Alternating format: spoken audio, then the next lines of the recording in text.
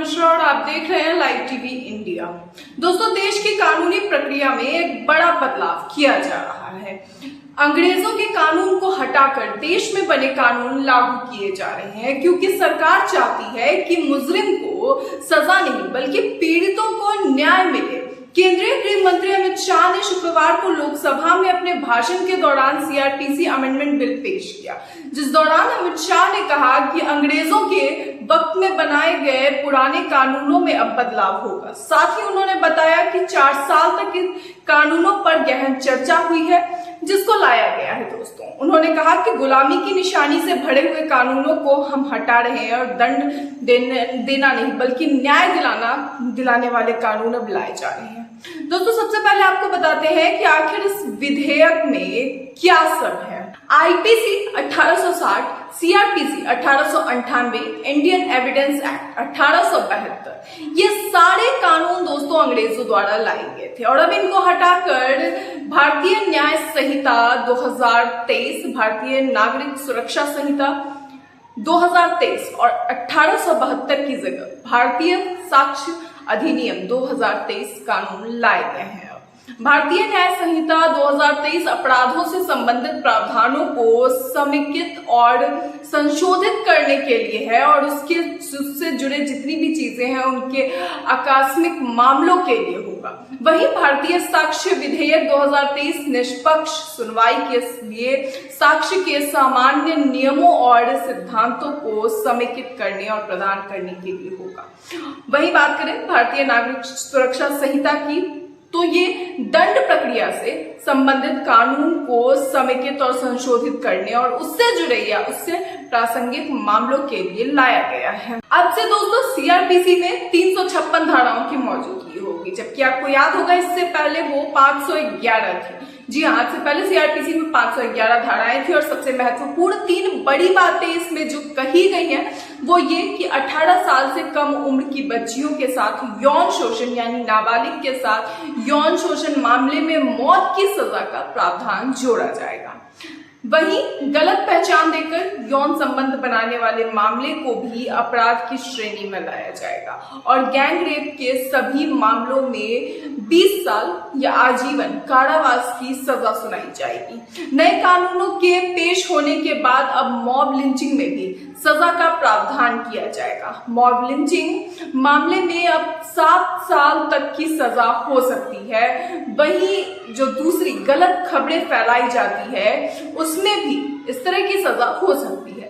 अमित शाह के कहे अनुसार अगर बात की जाए तो केंद्र मॉब लिंचिंग के मामलों में फिलहाल सोच रहा है और फांसी के प्रावधान करने पर विचार कर रहा है। दोस्तों, नए विधेयक के अनुसार अगर जुर्म किसी भी इलाके में हुआ है तो देश के किसी भी हिस्से में एफआईआर दर्ज कराई जाएगी, 0 एफआईआर की प्रक्रिया शुरू की जाएगी। वहीं अगर सरकारी कर्मचारी के खिलाफ कोई मामला दर्ज होता है तो 120 दिन के अंदर अनुमति देना जरूरी होगा। इन सभी अहम बदलावों के बाद जो एक और बड़ी बात इसके अलावा अमित शाह ने अपने भाषण के दौरान इस विधेयक को पेश करते वक्त कहा वो ये कि जो भगौड़े देश के बाहर है उनके खिलाफ भी सुनवाई होगी और उन्हें भी सजा सुनाई जाएगी। साथ ही घोषित अपराधियों की संपत्ति भी कुर्की की जाएगी और उन्हें कड़ी से कड़ी सजा दी जाएगी। धाराओं की बात करें तो भारतीय नागरिक सुरक्षा संहिता जो सीआरपीसी को रिप्लेस करेगी उसमें पहले 478 पर अब 533 धाराएं रहेंगी, जिसमें 160 धाराओं को बदला जाएगा और 9 नई धाराएं जोड़ी गई हैं, जबकि 9 धाराओं को निरस्त भी किया गया है। दोस्तों, इसी तरह भारतीय न्याय संहिता जो आईपीसी को रिप्लेस करेगी उसमें पहले 511 धाराएं थी और अब 556 धाराएं होंगी। 175 धाराओं में बदलाव किए गए हैं। दोस्तों, 8 नई धाराएं जोड़ी गई है और 22 धाराओं को निरस्त कर दिया गया है। इसी तरह भारतीय साक्ष्य विधेयक जो एविडेंस एक्ट को रिप्लेस करेगा उसमें पहले की 167 के स्थान पर अब 170 धाराएं होंगी। 23 धाराओं में बदलाव किए गए हैं और 1 नई धारा जोड़ी गई है और 5 धाराएं निरस्त की गई है। कुल मिलाकर दोस्तों, एक तरफ राजद्रोह जैसे कानूनों को निरस्त किया गया है, दूसरी ओर धोखा देकर महिलाओं का शोषण करने और मॉब लिंचिंग जैसे जघन्य अपराधों के लिए दंड का प्रावधान और संगठित अपराधों और आतंकवाद पर नकेल कसने का काम किया जा रहा है, कोशिश की जा रही है। मगर इस सब के बाद दोस्तों मैं सवाल नहीं खड़े करती कि आखिर ये नया कानून क्या है, आएगा किस तरह से आएगा और क्या परिणाम होगा। मगर जो देश में हो रहा है, इन दोनों देखा जा रहा है, कभी ब्रजभूषण का मामला देख लें तो कभी मणिपुर की हिंसा, बेटियों के साथ जो दिल दहला देने वाली घटना हुई और नूह में जो घटनाएं हुई, इन सभी घटनाओं में या इसके अलावा भी अगर देख लें, बिल्किस बानो का मामला देख लें, ऐसे बहुत से पुराने मामले जिसमें आरोपियों को सही सजा नहीं मिली, क्या उन पीड़ितों को न्याय मिला? नहीं मिला। जो भी दोस्तों नए कानून हो जो चले आ रहे हैं, वो भी नेताओं या जो भी सरकार में लोग हैं उनकी नीयत पे डिपेंड करता है, उनकी नीयत के अनुसार कि क्या जो आरोपी है उसे सजा मिलेगी या नहीं मिलेगी। क्योंकि मायने ये नहीं रखता कि आखिर नए कानूनों के द्वारा मिले या पुराने जो थे उसके अनुसार। किसी भी चीज की सजा तब मिल सकती है जब सजा देने की नीयत हो, क्योंकि जिस तरह से आरोपियों को छोड़ा जा रहा है और देखा जा सकता है साफ तौर पे कि बीजेपी की सरकार में तो खैर ये काफी ज्यादा हुआ है।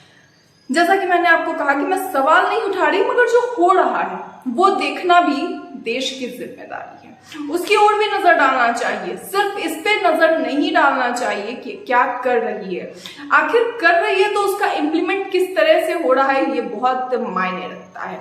सिर्फ बोलना, चीजें लाना ये जरूरी नहीं है, वो लाई गई तो वो कितनी लागू हो सकी ये मायने रखता है दोस्तों। उसी तरह से अब ये जो नई चीजें आई हैं, अब इसे लाया जाता है तो किस तरह से ये काम करता है क्या नहीं करता ये तो वक्त बताएगा। मगर जो अभी तक पीड़ित न्याय की दुहाई लगाकर बैठे हैं, आखिर उनका क्या, उनका जवाब कब देंगे अमित शाह, कब देंगे नरेंद्र मोदी?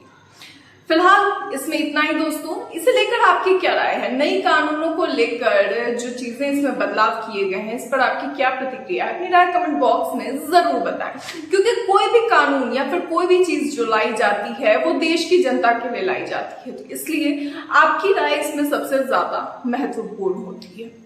फिलहाल इस वीडियो में इतना ही, तब तक के लिए नमस्कार।